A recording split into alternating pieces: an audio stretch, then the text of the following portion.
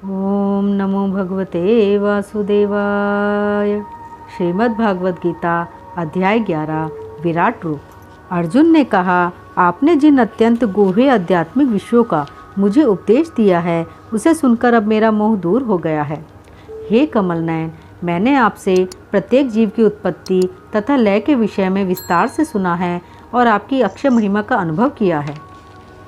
हे पुरुषोत्तम, हे परमेश्वर, यद्यपि आपको मैं अपने समक्ष आपके द्वारा वर्णित आपके वास्तविक रूप में देख रहा हूँ, किंतु मैं ये देखने का इच्छुक हूँ कि आप इस दृश्य जगत में किस प्रकार प्रविष्ट हुए हैं।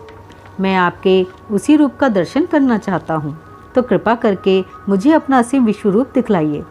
भगवान ने कहा, हे अर्जुन, हे पार्थ, अब तुम मेरे ऐश्वर्य को, सैकड़ों हजारों प्रकार के दैवी तथा विविध रंगों वाले रूपों को देखो।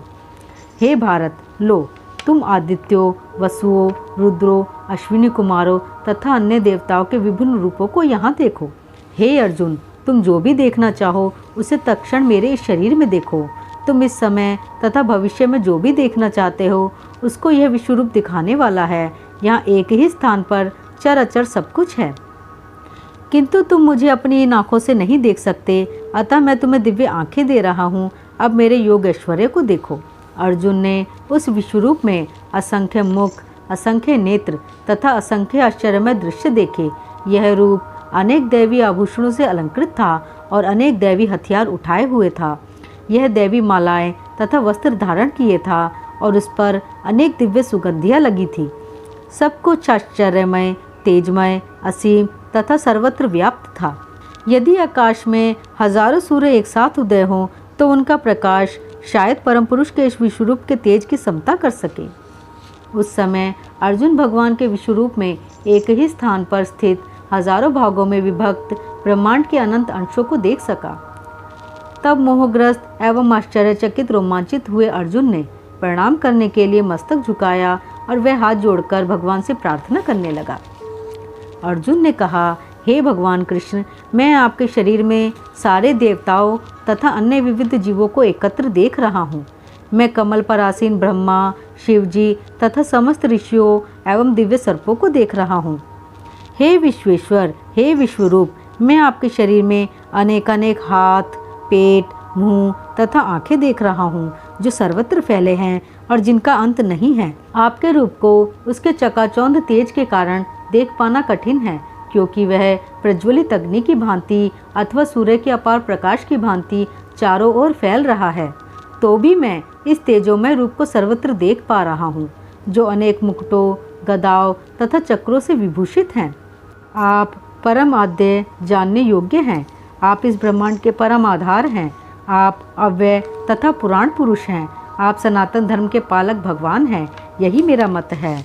मैं आपके मुख से प्रज्वलित अग्नि निकलते और आपके तेज से इस संपूर्ण ब्रह्मांड को जलते हुए देख रहा हूँ। यद्यपि आप एक हैं, किंतु आप आकाश तथा सारे लोकों एवं उनके बीच के समस्त अवकाश में व्याप्त हैं। देवों का सारा समूह आपकी शरण ले रहा है और आप में प्रवेश कर रहा है। उनमें से कुछ अत्यंत भयभीत होकर हाथ जोड़े आपकी प्रार्थना कर रहे हैं। महर्षियों तथा सिद्धों के समूह कल्याण हो कहकर वैदिक स्तोत्रों का पाठ करते हुए आपकी स्तुति कर रहे हैं। शिव के विविध रूप आदित्यगण, वसु, साध्य, विश्वदेव, दोनों अश्विनी कुमार, मरुदगण, पितृगण, गंधर्व, यक्ष, असुर तथा सिद्धदेव सभी आपको आश्चर्यपूर्वक देख रहे हैं। हे महाबाहु, आपके इस अनेक मुख, नेत्र, बाहु, जंघा, पाँव, पेट तथा भयानक दांतों वाले विराट रूप को देखकर देवतागण सहित सभी लोग अत्यंत विचलित हैं और उन्हीं की तरह मैं भी हूँ। हे सर्वव्यापी विष्णु, नाना ज्योतिर्मय रंगों से युक्त आपको आकाश का स्पर्श करते मुख फैलाए तथा बड़ी बड़ी चमकती आंखें निकाले देखकर मेरा मन भय से विचलित हो रहा है। मैं न तो धैर्य धारण कर पा रहा हूँ, न मानसिक संतुलन ही पा रहा हूँ। हे देवेश, हे जगन्निवास, आप मुझ पर प्रसन्न हो। मैं इस प्रकार से आपके प्रलयाग्नि स्वरूप मुखों को तथा विकराल दांतों को देखकर अपना संतुलन नहीं रख पा रहा। धृतराष्ट्र के सारे पुत्र अपने समस्त सहायक राजाओं सहित तथा भीष्म, द्रोण, कर्ण एवं हमारे प्रमुख योद्धा भी आपके विकराल मुंह में प्रवेश कर रहे हैं। उनमें से कुछ के शिरों को तो मैं आपके दांतों के बीच चूर्णित हुए देख रहा हूँ। मैं समस्त लोगों को पूर्ण वेग से आपके मुख में उसी प्रकार प्रविष्ट होते देख रहा हूँ जिस प्रकार पतंगे अपने विनाश के लिए प्रज्वलित अग्नि में कूद पड़ते हैं।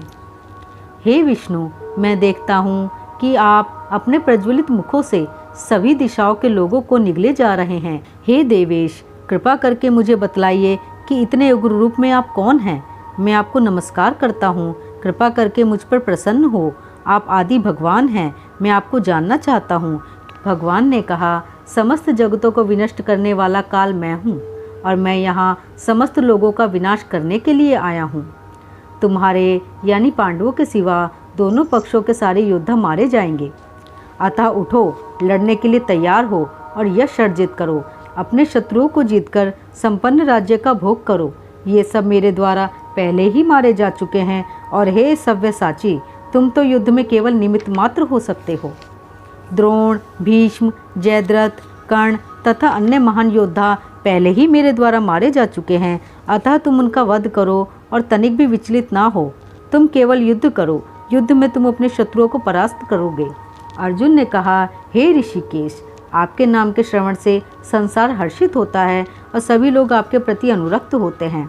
यद्यपि सिद्ध पुरुष आपको नमस्कार करते हैं, किंतु असुरगण भयभीत हैं और इधर उधर भाग रहे हैं। यह ठीक ही हुआ है। हे महात्मा, आप ब्रह्मा से भी बढ़कर हैं, आप आदि सृष्टा हैं, तो फिर वे आपको सादर नमस्कार क्यों न करें।